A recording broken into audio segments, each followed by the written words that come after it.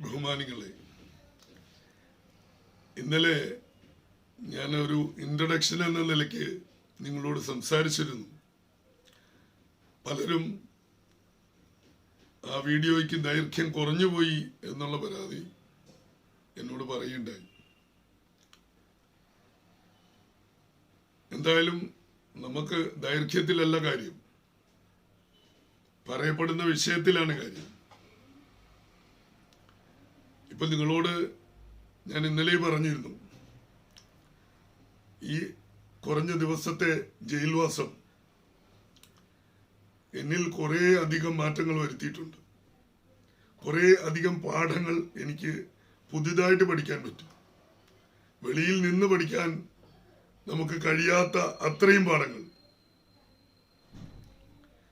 അത് നിങ്ങളോടൊപ്പം ഞാൻ പങ്കുവെക്കുകയാണ്. കാരണം ഒരു മനുഷ്യൻ തന്റെ ജീവിതത്തിൽ ജയിൽവാസം അനുഭവിക്കുന്നുണ്ടെങ്കിൽ അതിന്റെ അർത്ഥം ആ മനുഷ്യൻ ഈ ലോകത്തെ ഏറ്റവും പാപിയായ മനുഷ്യനെന്നല്ല. മറിച്ച് ഈ ലോകത്ത് ലഭിക്കപ്പെടുന്ന പരീക്ഷണങ്ങളിൽ ഏറെക്കുറെ എല്ലാ പരീക്ഷണവും അനുഭവിച്ച ഒരു മനുഷ്യനെന്നാണ്. കാരണം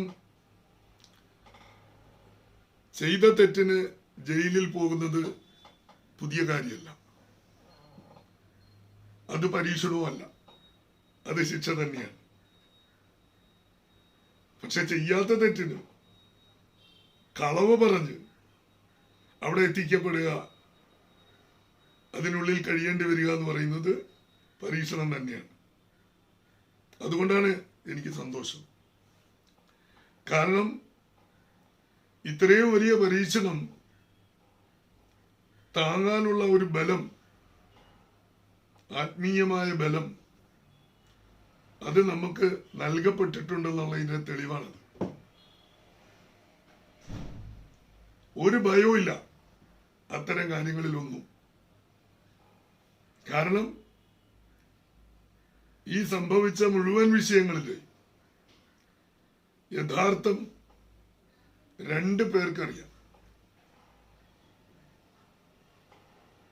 ഒന്ന്, ഇത് മുഴുവൻ കണ്ട് പരിപാലിച്ച് നടത്തിക്കൊണ്ടിരിക്കുന്ന സൃഷ്ടാവിനറിയാം. രണ്ട്, ഇത് മുഴുവൻ ചെയ്തു എന്ന് ആരോപിക്കപ്പെടുന്ന എനിക്കും അറിയാം. ഈ ആരോപിക്കുന്ന വ്യക്തികൾക്ക് പോലും അത് ഉറപ്പില്ല. ചിലപ്പോൾ തെറ്റിദ്ധാരണയാവാം, ചിലത് സംശയമാവാം. പക്ഷെ ഉറപ്പായി അവരുടെ മനസ്സിൽ, അവരുടെ ഹൃദയത്തിൽ ഇതിനൊരു തെളിവും കണ്ടെത്താൻ പറ്റിയിട്ടില്ല, പറ്റുകയുമില്ല. കാരണം ഞാൻ നേരത്തെ പറഞ്ഞതാ, ചെയ്ത തെറ്റാണെങ്കിൽ രണ്ടുപേർക്കറിയാം.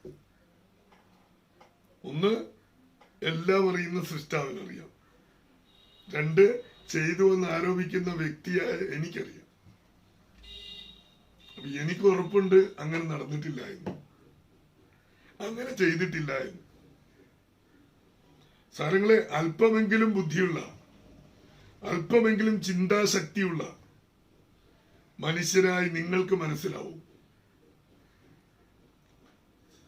ഒരു മനുഷ്യൻ ജനങ്ങളിൽ നിന്ന് തട്ടിച്ച് പൈസ എടുക്കണമെന്നുണ്ടെങ്കിൽ ഒരുപാട് വഴികൾ ഇപ്പോഴുണ്ട്. പല തിന്മകളിലൂടെയും ആളുകൾ സമ്പാദിക്കുന്നുണ്ട്. നമ്മൾ ദൈനംദിന പത്രത്തിലൂടെ ഇതെല്ലാം കേൾക്കുന്നു, അറിയുന്നവരുമാണ്.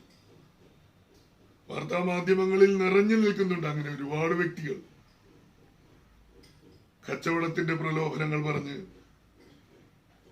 പല രീതിയിലുള്ള നൂതന വിദ്യകൾ പറഞ്ഞ്, സ്ത്രീകളെ ഉപയോഗിച്ച് മോഹന വാഗ്ദാനങ്ങൾ നൽകി ഒരുപാട് പേരെ വലയിലാക്കുന്ന വലിയ വീരന്മാരുണ്ട്. പക്ഷെ ഇവർക്കെല്ലാം ഒരു പ്രത്യേകതയുണ്ട്. നിങ്ങൾക്കത് കണ്ടാൽ മനസ്സിലാവും. ഇവർക്കെല്ലാം പൊതുവായ ഒരു പ്രത്യേകതയുണ്ട്. എന്താണ്? അവരുടെ പരിശ്രമങ്ങളൊക്കെ രഹസ്യമായിരിക്കും. വാഗ്ദാനങ്ങളൊക്കെ പരസ്യമായി.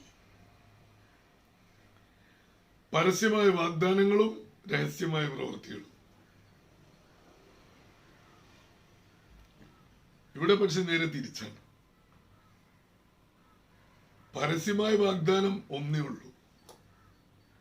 സെറീനോടൊപ്പം ചേർന്ന് നിൽക്കും, പരിശ്രമിക്കും, നിങ്ങളുടെ കടത്തിൽ നിന്ന് നിങ്ങളെ രക്ഷപ്പെടാൻ സഹായിക്കാം. അതിപ്പോഴും പറയുന്നുണ്ട്. ചേർന്ന് നിൽക്കണം, ക്ഷമയോടെ കാത്തു നിൽക്കണം.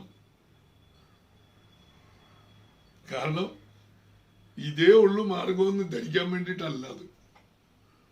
ഇതും ഒരു മാർഗമായേക്കാം. ചേർന്ന് നിന്ന് നോക്ക്, നിങ്ങളൊന്ന് പരിശ്രമിച്ച് നോക്ക്. തീർച്ചയായിട്ടും അതിന്റെ ഗുണമുണ്ടാവും, ദോഷം ഉണ്ടാവില്ല. ഇപ്പൊ ചിലര് വിളിച്ചിട്ട് പറയുന്നത്, സാറേ നിങ്ങൾ പറഞ്ഞ വാക്ക് കേട്ട് ഞങ്ങള് കാത്തു നിന്നു, ഞങ്ങൾക്ക് കിട്ടിയില്ല, ഞങ്ങൾക്ക് സഹായം കിട്ടിയില്ല. സാരങ്ങളെ, നമ്മൾ പറയുന്ന വാക്ക് എന്താണ്? കടമെന്ന കൊടിയ പരീക്ഷണത്തിൽ നിന്ന് നിങ്ങളെ രക്ഷപ്പെടാൻ വേണ്ടി ഞങ്ങൾ സഹായിക്കാം. സഹായം ഒരിക്കലും അവകാശമല്ല സ്വരങ്ങളെ, അതൊരു ഓപ്ഷനാണ്, ഒരു ചാൻസാണ്, നമുക്കൊരു അവസരമാണ്. കിട്ടിയാൽ സന്തോഷം, കിട്ടിയില്ലേലും പരാതിയില്ല, വിഷമിക്കാൻ പറ്റില്ല. കാരണം സാരങ്ങളെ, നമ്മൾ ഒരു വീട് പണിയാൻ വേണ്ടി അല്ലെ മകളെ കെട്ടിക്കാൻ വേണ്ടി ഒക്കെ പരിശ്രമിച്ചു. പല രീതിയിലുള്ള പൈസ അതിനു വേണ്ടി ഉപയോഗിക്കാൻ ശ്രമിച്ചു. ഒരു രീതിയിലും പറ്റാതെ വന്നപ്പോഴാണ് പലരും ബാങ്കിനെ ആശ്രയിച്ചത്. അതൊരവസരമായി കണ്ടു. പക്ഷെ അതൊരു അപകടമാണ് എന്ന് മനസ്സിലാക്കിച്ചു കൊടുക്കലാണ് സെറീന്റെ ഉത്തരവാദിത്വം. അങ്ങനെ ആരും ഗതികേടിന്റെ പേരിൽ പലിശയ്ക്ക് അടിമകളായി പോകല്ലേ. ജീവിതത്തിൽ സമാധാനം ഉണ്ടാവില്ല, പ്രശ്നമാകും. ഇപ്പൊ പലരും അനുഭവിക്കുന്നില്ലേ? ഈ അനുഭവിക്കുന്നവർ തന്നെ വീണ്ടും അതിലേക്ക് പോവുകയാണ്. കാരണം കടം കൊണ്ട് വലഞ്ഞവനെ സഹായിക്കാൻ ആരുമില്ല. അങ്ങനെ സഹായിക്കപ്പെടേണ്ടവനാണ് കടം കൊണ്ട് വലഞ്ഞവനെ നീ സമൂഹത്തെ പഠിപ്പിക്കാനാണ് സെറീൻ ഇറങ്ങി തിരിച്ചിരിക്കുന്നത്. ഇന്നല്ലെങ്കിൽ സമൂഹം അംഗീകരിക്കും, നാളെ സമൂഹം അംഗീകരിക്കും, ഉറപ്പാണ്. ഒന്നോ രണ്ടോ വ്യക്തികൾ രോഗികളെ സഹായിക്കുന്ന ചാരിറ്റിയുമായി ഇറങ്ങി തിരിച്ചപ്പോ ലോകം മുഴുവൻ അത് മനസ്സിലാക്കി.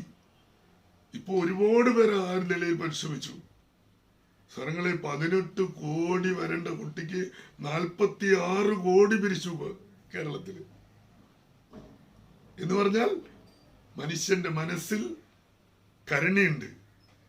പക്ഷെ എവിടെ അത് ചെലവഴിക്കണമെന്ന് പറഞ്ഞു കൊടുത്താൽ, അവനത് മനസ്സിലായാൽ തീർച്ചയായിട്ടും പ്രയോഗിക്കും എന്നതിന്റെ തെളിവാത്. ഇതന്നെയാണ് നമ്മളും പരിശ്രമിക്കുന്നത്.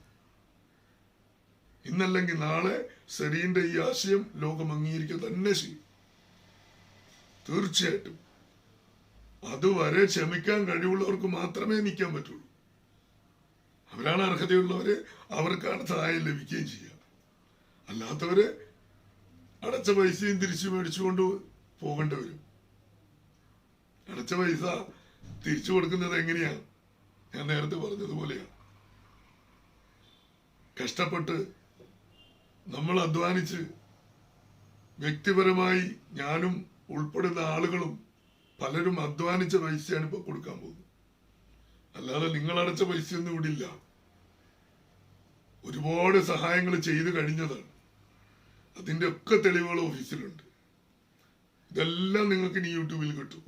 കാരണം ഇനി തെളിവുകളെ ഞങ്ങൾ രഹസ്യമാക്കൂല.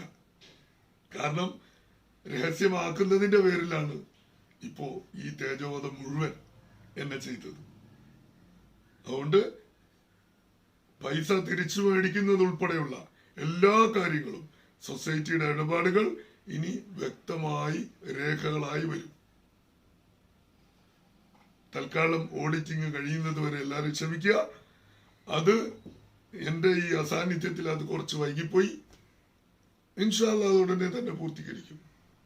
അപ്പോൾ നിങ്ങൾക്ക് എല്ലാവർക്കും മനസ്സിലാകും എന്താണ് സെറീനിൽ നടന്നതെന്നും എന്തിന്റെ പേരിലാണ് ഞാൻ ക്രൂശിക്കപ്പെട്ടതെന്നും.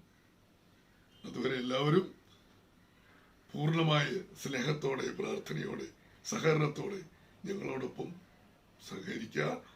ഇൻഷാ അല്ലാഹ് മുന്നോട്ട് പോകുമ്പോൾ നമുക്ക് ഓരോരോ കാര്യങ്ങൾ ദിവസവും ചർച്ച ചെയ്യാം.